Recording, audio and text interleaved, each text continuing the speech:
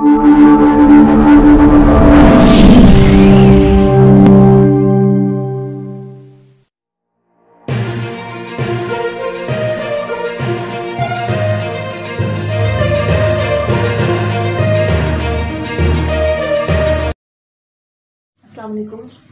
Today we are going to start our chapter number 8, aliphatic hydrocarbons. We have discussed and completed our chapter number 7, fundamental principles of organic chemistry. तो आज हमें start करना है अपना chapter number 8, that is aliphatic hydrocarbons. Chapter number 7 में जो आपका chapter था fundamental principles of organic chemistry, उसमें हम लोगों ने डिस्कस किया था इसका इंट्रोडक्शन, ऑर्गेनिक केमिस्ट्री का इंट्रोडक्शन, और उसमें हमने एक टर्म पढ़ी थी हाइड्रोकार्बन्स के बारे में कि हाइड्रोकार्बन्स होते क्या हैं। फर्दर हमने फिर उन हाइड्रोकार्बन्स की टाइप्स पढ़ी थी जिनमें one of death aliphatic hydrocarbons. अब सबसे पहले हम ये देखते हैं कि एलिफेटिक हाइड्रोकार्बन्स, अब इसमें दो टर्म्स आ रही हैं, एक है एलिफेटिक और दूसरी है हाइड्रोकार्बन्स। हाइड्रोकार्बन्स के बारे में हमने पढ़ा था कि हाइड्रोकार्बन्स होते क्या हैं, combination of the hydrogen and carbon, कि ऐसे कंपाउंड्स जिसमें सिर्फ कार्बन और हाइड्रोजन ही आएगी, ठीक है ना, कि जिसमें सिर्फ हाइड्रोजन और कार्बन हो और वो एक लॉन्ग चेन बना रहे हो या फिर शॉर्ट चेन बना रहे हो, कोई भी स्ट्रक्चर ऐसा बन रहा हो कार्बन या हाइड्रोजन से, तो ऐसे कंपाउंड को हमने कह दिया था दीज आर हाइड्रोकार्बन्स।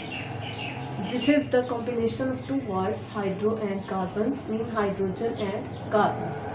दो वर्ड्स का कॉम्बिनेशन है, एक हाइड्रोजन और एक कार्बन, यानी कि कार्बन और हाइड्रोजन दोनों मिलेंगे, बॉन्ड बनाएंगे और वो एज अ रिजल्ट जो कंपाउंड बनेगा उसे हम कह देंगे हाइड्रोकार्बन। अब ये जो हाइड्रोकार्बन्स होते हैं इनमें कार्बन और हाइड्रोजन, कार्बन और कार्बन ने आपस में बॉन्ड बनाकर एक लॉन्ग चेन भी बना देते हैं।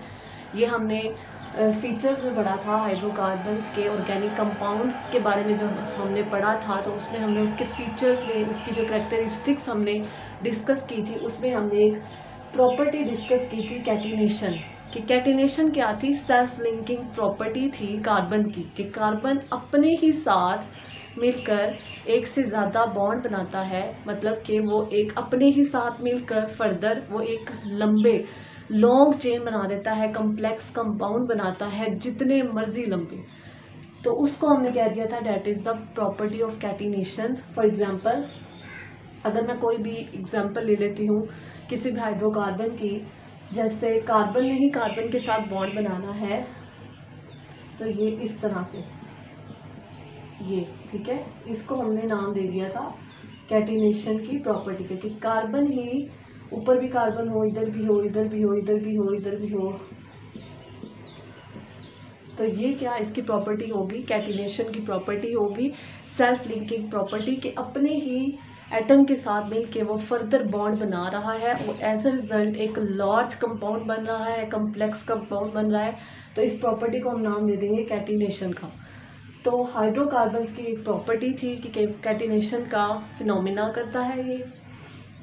उसके बाद हमने इसकी कुछ टाइप्स डिस्कस की थी हाइड्रोकार्बन्स की, ऑर्गेनिक कंपाउंड्स की, कि इसकी क्या क्या टाइप्स थी। बेसिकली हमने डिस्कस किया था कि इसकी दो टाइप्स होती हैं, या तो ये ओपन चेन होंगे, बिल्कुल ओपन होंगे, या फिर ये क्लोज्ड चेन होंगे, जिसको हमने रिंग फॉर्म भी कहा था, ठीक है।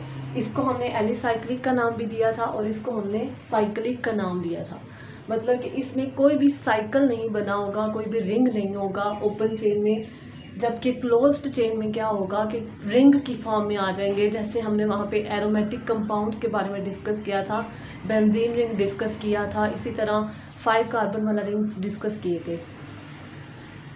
अब इसको हमने ओपन चेन को नाम दिया था एलिफेटिक हाइड्रोकार्बन्स का। तो ये जो नेम है ये यहीं से आया है, एलिफेटिक हाइड्रोकार्बन्स मीन कि इसमें हमने क्या डिस्कस करना है, कार्बन और हाइड्रोजन की कंपाउंड होगा, लेकिन वो ओपन चेन होंगे, ठीक है, मतलब लार्ज कंपाउंड भी होंगे तो वो ओपन चेन ही होंगे, उसमें कोई भी किसी भी किस्म का रिंग नहीं आएगा।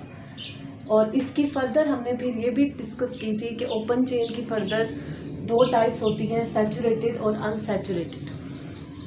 उस टाइम पे हमने जस्ट इसका इंट्रोडक्शन लिया था कि सैचुरेटेड क्या होता है और अनसैचुरेटेड क्या होता है, लेकिन आज हम इसको बाकायदा डिटेल में हम इसको डिस्कस करेंगे। सैचुरेटेड हाइड्रोकार्बन्स जो होते हैं बच्चों, उसमें क्या होता है कि सिंगल बॉन्ड हमेशा आता है। ठीक है, सैचुरेटेड हाइड्रोकार्बन में हमेशा सिंगल बॉन्ड आता है। मीन कि जो कार्बन और कार्बन का आपस में बॉन्ड होगा या जो कार्बन और हाइड्रोजन का आपस में बॉन्ड होगा वो क्या होगा, सिंगल बॉन्ड होगा हमेशा। अगर तो उनके दरमियान बॉन्ड सिंगल है तो उसको हम क्या कह देंगे, सैचुरेटेड हाइड्रोकार्बन्स। ठीक है, फॉर एग्जांपल जैसे मैं मीथेन की एग्जांपल ले लेती हूँ। अगर हम इसको खोल के लिखें तो ये इस तरह से बनता है, ये इस तरह, मतलब कि कार्बन के सारे बॉन्ड्स क्या हैं, हाइड्रोजन के साथ सिंगल बॉन्ड है। तो इसको हम क्या कह देंगे, सैचुरेटेड हाइड्रोकार्बन। और इसको हम सैचुरेटेड हाइड्रोकार्बन को एक और नाम देते हैं on the basis of single bond, कि अगर सिंगल बॉन्ड आ रहा है तो हम इसको कह देते हैं अल्केन फैमिली। मतलब कि अल्केन फैमिली से ये बिलोंग करता है। सैचुरेटेड हाइड्रोकार्बन को अल्केन फैमिली का भी नाम देते हैं। इसी तरह अनसैचुरेटेड हाइड्रोकार्बन में क्या होगा, इसमें था कि सिंगल बॉन्ड आएगा, इसमें कार्बन और कार्बन के दरमियान डबल या फिर ट्रिपल बॉन्ड एग्जिस्ट करेगा। अगर तो डबल या ट्रिपल बॉन्ड एग्जिस्ट करता है तो उसको हम क्या कह देते हैं, अनसैचुरेटेड हाइड्रोकार्बन्स। और इसको अगर तो डबल बॉन्ड एग्जिस्ट कर रहा है तो इसको हम कह देंगे अल्कीन, और अगर ट्रिपल बॉन्ड एग्जिस्ट कर रहा है तो इसको हम कह देंगे अल्काइन। ठीक है, अब इसमें क्या होगा, सैचुरेटेड हाइड्रोकार्बन में क्या होगा कि जो कार्बन की वैलेंसी होगी वो फुली सेटिस्फाइड होगी। इट मीन्स कि जो कार्बन है, मतलब हमने कहा था कि कार्बन की वैलेंसी होती है 4, कार्बन अपने साथ 4 बॉन्ड बना सकता है। तो अगर सैचुरेटेड हाइड्रोकार्बन्स होंगे उसमें क्या होगा कि कार्बन के जो चारों के चारों बॉन्ड्स होंगे वो हाइड्रोजन के साथ ही बने होंगे। ठीक है, यहाँ पर जैसे मीथेन के केस में चारों के चारों बॉन्ड्स हाइड्रोजन के साथ ही बने हुए हैं, तो इसको हम क्या कह देंगे, सैचुरेटेड हाइड्रोकार्बन्स। लेकिन अगर कार्बन की वैलेंसी सेटिस्फाइड नहीं है, इट मीन्स कि अगर उसमें चारों के चारों बॉन्ड हाइड्रोजन के साथ नहीं बने हुए, सिर्फ कह लो कि 2 बॉन्ड बने हैं हाइड्रोजन के साथ, तो उसमें हाइड्रोजन के साथ 2 बॉन्ड बने हैं और एज अ रिजल्ट क्या हो रहा है कि उसमें डबल या ट्रिपल बॉन्ड आ रहा है, तो ऐसी फॉर्म को हम कह देते हैं, ऐसी टाइप को हम कह देते हैं अनसैचुरेटेड हाइड्रोकार्बन्स। जैसे ये हमने एग्जांपल ली है CH2 डबल बॉन्ड CH2 की। यहाँ पर देखिए इस कार्बन के साथ सिर्फ 2 हाइड्रोजन अटैच हैं।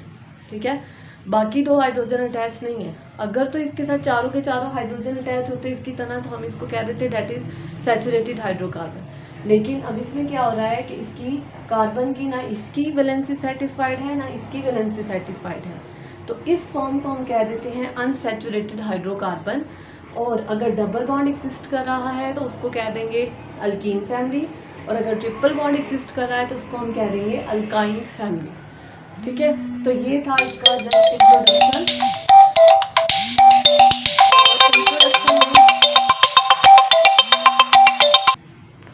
अच्छा जी, तो ये था इसका इंट्रोडक्शन जो हमने ले लिया और हमने डिस्कस कर ली कि ये इसकी टाइप थी सैचुरेटेड और अनसैचुरेटेड हाइड्रोकार्बन। नेक्स्ट इसमें आ जाता है nomenclature. This is the very important topic for the board exam. इसमें बोर्ड में नोमेनक्लेचर में से आ जाते हैं 2 मार्क्स का कोई क्वेश्चन आ जाता है। मतलब कि नेम देना होता है, नंबरिंग करनी होती है, किसी भी आपको कंपाउंड का नेम दे दिया जाता है तो उसका स्ट्रक्चर बनाना होता है, या फिर दूसरे तरीके में यह हो जाता है कि आपको स्ट्रक्चर दे दिया जाता है और उसको नेम देना होता है। ठीक है, तो हमने आज डिस्कस करना है नोमेनक्लेचर के बारे में। अब जो नोमेनक्लेचर है उसमें हमने 2 मेथड्स पढ़ने हैं। एक है कॉमन एंड ट्रिवियल नेम। ठीक है, कॉमन या फिर ट्रिवियल नेम, और दूसरा जो इसमें आ जाएगा वो है आईयूपैक नेम्स। तो 2 रूल्स के अकॉर्डिंग हमने नोमेनक्लेचर सीखनी है, नोमेनक्लेचर करनी है कि किस तरह से होती है। सबसे पहले हम डिस्कस करते हैं कॉमन या फिर ट्रिवियल नेम्स के अकॉर्डिंग कि किस तरह से जो कॉमन या ट्रिवियल मीन होता है कि पुराने वक्तों में, कि किस तरह से पुराने वक्तों में नाम दिया जाता था किसी भी कंपाउंड का, कि अगर कोई भी हाइड्रोकार्बन आ गई है तो उसको कैसे नाम देना है। अब हाइड्रोकार्बन ऑब्वियसली 3 ही किस्म के हैं, अल्केन, अल्कीन या फिर अल्काइन। अब पुराने वक्तों में किस तरह से नाम दिया जाता था कि या तो on the basis of history, method या फिर पर्सन, कि जिस पर्सन ने कोई भी कंपाउंड तैयार किया है या फिर उसी के नेम से ही डिराइव किया जाता था उस कंपाउंड का नेम, या फिर उसका जो मेथड था, तरीका था तैयार करने का, उसकी बेस पे उसका नाम दे दिया जाता था, या फिर उसकी जो हिस्ट्री होती थी उस कंपाउंड की, उसकी बेस पे उसका नाम रख दिया जाता था। जैसे मार्श गैस का नाम सुना होगा आप लोगों ने कि ये मार्श गैस किसको कहते हैं, मीथेन को कहते हैं, CH4। मीथेन को मार्श गैस का नाम दिया गया, किस बेस पे दिया गया, क्योंकि इसको जो तैयार किया गया था वो मार्शी प्लेसेस में, मार्शी प्लेसेस होती हैं दलदल वाली जगह, यहाँ से ये मीथेन गैस को प्रिपेयर किया गया था। तो ये आगे मतलब मेथड ऑफ प्रिपरेशन की कहाँ पर उसकी मतलब जहाँ से उसको तैयार किया गया वहीं से उसका नाम दे दिया गया मार्शी गैस, ठीक है, मार्श गैस। इसी तरह एसिटिक एसिड का नाम हम जिसको हम विनेगर भी कहते हैं, सिरका, तो ये कहाँ से नाम आया था, that is derived from the acetum. जो एसिटम का वर्ड है वो एक लैटिन वर्ड है जिसका मतलब होता है विनेगर, तो यहाँ से एसिटिक एसिड का नाम आया। इसी तरह जो बारबिट्यूरिक एसिड होता है वो डिराइव किया गया बारबरा से। तो बारबरा वाज अ साइंटिस्ट जिसने ये बारबिट्यूरिक एसिड प्रिपेयर किया था, उसने अपने ही नेम से उस जो कंपाउंड था, जो एसिड था, उसको नाम उसका डिराइव कर लिया। तो इस तरह से कॉमन या ट्रिवियल नेम दिए जाते थे। इसके अलावा कॉमन या ट्रिवियल नेम में ये भी होता था, दो चीज़ें होती थी इसमें, एक होता था प्रीफिक्स और दूसरा होता था सफिक्स, ठीक है। प्रीफिक्स, प्री का मतलब ही क्या होता है, पहले, कि जो चीज़ पहले आ रही है, सफिक्स होता है बाद में आने वाली चीज़। अब प्रीफिक्स का एक और नाम उन्होंने दे दिया रूट वर्ड। रूट वर्ड मतलब कि जो बिल्कुल फर्स्ट में ओरिजिनेट होता है, ठीक है। तो रूट वर्ड एक होगा रूट वर्ड और दूसरा होता है सफिक्स, प्रीफिक्स और सफिक्स। अब जो प्रीफिक्स होता है वो जो नेम था वो लैटिन या फिर ग्रीक वर्ड में दिया जाता था, और कैसे दिया जाता था, on the basis of the carbon number of carbon atoms के, उस कंपाउंड में जितने कार्बन के नंबर होंगे उस बेस पे उसका जो रूट वर्ड होगा उस बेस पे आ जाएगा। लेट्स सपोज जैसे पेंट है, ठीक है, पेंट होता है 5 कार्बन, मतलब 5 कार्बन अगर है तो उसका नाम पेंट। और इसी तरह हेक्स है 6 कार्बन, हेप्ट है 7 कार्बन, ऑक्ट है तो 8 कार्बन। ये केमिस्ट्री में ही आप लोगों ने सुने हुए हैं वर्ड्स।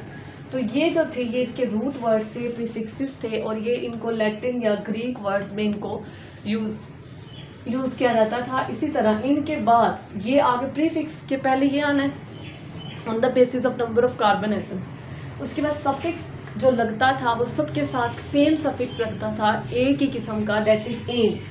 अब जैसे पेंट है 5 कार्बन वाली तो उसके साथ एन लगेगा, पेंटेन बन जाएगा। इसी तरह हेक्सेन बन जाएगा, हेप्टेन बन जाएगा। सबके साथ एंड पे जो सफिक्स लगना है वो क्या लगना है, एन। तो ये on the basis of number of carbon atoms, और एंड पे क्या लग जाना है, सफिक्स लग जाना है, दैट इज एन, ठीक है। और इसके अलावा हमने जो पिछले चैप्टर में 3 और जो नेमिंग पढ़ी थी, स्टार्ट कहाँ से हो रहे थे, एन, आइसो या नियो, आप ये भी पढ़ के आए हैं। हमने ये कहा था कि जो एन होगा वो स्ट्रेट चेन के लिए यूज़ होगा बिल्कुल, जो आइसो होगा वो ब्रांचिंग चेन के लिए, और जो नियो होगा वो बिल्कुल कम्प्लेक्स जो कंपाउंड होगा उसके लिए यूज़ किया था। जैसे यहाँ पर अब ये होता क्या है, ये जो 3 हैं नेम, ये एक ही कंपाउंड के आइसोमर्स को डिफ्रेंशिएट करने के लिए यूज़ किया जाता है। मतलब कि उनका मॉलिक्यूलर फार्मूला सेम होगा लेकिन उनका जो स्ट्रक्चर होगा वो डिफरेंट होगा, और उस स्ट्रक्चर को, उन स्ट्रक्चर्स को डिफ्रेंशिएट करने के लिए हमने ये 3 वर्ड्स यूज़ किए थे, एन, आइसो एंड नियो। तो अगर स्ट्रेट चेन होगी तो हमने उसको क्या कह देता, लेट्स सपोज ये 5 कार्बन वाली है और हमने इसे क्या कहना है, पेंटेन, ठीक है। और बिल्कुल स्ट्रेट चेन है तो इसको हमने कह दिया एन पेंटेन, और इसमें ब्रांचिंग आ गई तो इसको हमने कह दिया आइसोपेंटेन, ठीक है। और अगर इसमें कम्प्लेक्स कंपाउंड आ गया तो इसको हमने नेम दे दिया नियोपेंटेन का। एल्कीन के केस में जो नेमिंग देते थे पहले वक्तों में, ट्रिवियल या कॉमन नेमिंग जो थी अल्कीन के केस में, वो कैसे होती थी, उसके एंड पे ई लगा दिया जाता था एक्सेप्ट ऑफ एन। अब वहाँ पे क्या था, हमने अल्केन्स के केस में क्या पढ़ा था, हमने कहा था कि पहले प्रीफिक्स आता है, कोई भी लैटिन या ग्रीक वर्ड यूज़ करते हैं, उसके बाद सफिक्स लगा देते हैं एन। अब अल्कीन्स के केस में एन की जगह जो चीज़ यूज़ की थी वो थी ई, ठीक है।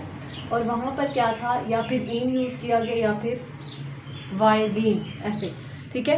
अब ये दो वर्ड यूज़ किए गए और इसमें क्या होता है, अल्कीन के केस में हमने क्या पढ़ा था कि डबल बॉन्ड आ जाता है, तो यहाँ पर भी अब डबल बॉन्ड आ जाता है और उसके रिज़ल्ट में 2 हाइड्रोजन रिमूव हो जाती हैं। अगर हाइड्रोजन रिमूव हो जाए और उसके रिज़ल्ट में डबल बॉन्ड आ जाए तो उस केस में हम क्या करते हैं कि उसके साथ मतलब अकॉर्डिंग टू द जो प्रीफिक्स था वो हम according to the number of carbon atom ही देते थे, जैसे पेंटेन, पेंट, हेक्स, ये वाली। लेकिन उसके साथ हम अगर अल्कीन डबल बॉन्ड आ गया है तो हम क्या लगा देते थे, एन की जगह ईन लगा देते हैं।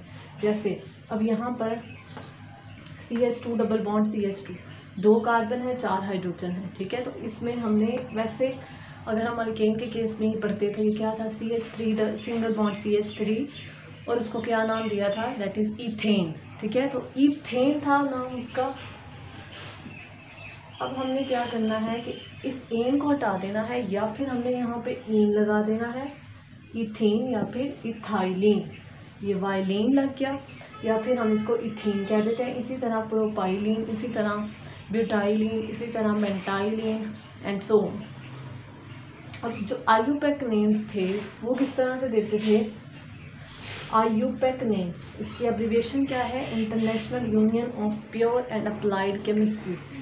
1889 में ICC इंटरनेशनल केमिकल कांग्रेस इसने स्टार्ट किया कि जो बहुत कम्प्लेक्स मॉलिक्यूल होते हैं, अब ये जो ऊपर जो कॉमन या ट्रिवियल नेम थे वो बहुत मतलब जो कम्प्लेक्स कंपाउंड्स आ जाते थे उनको नहीं वो नेम दे सकते थे।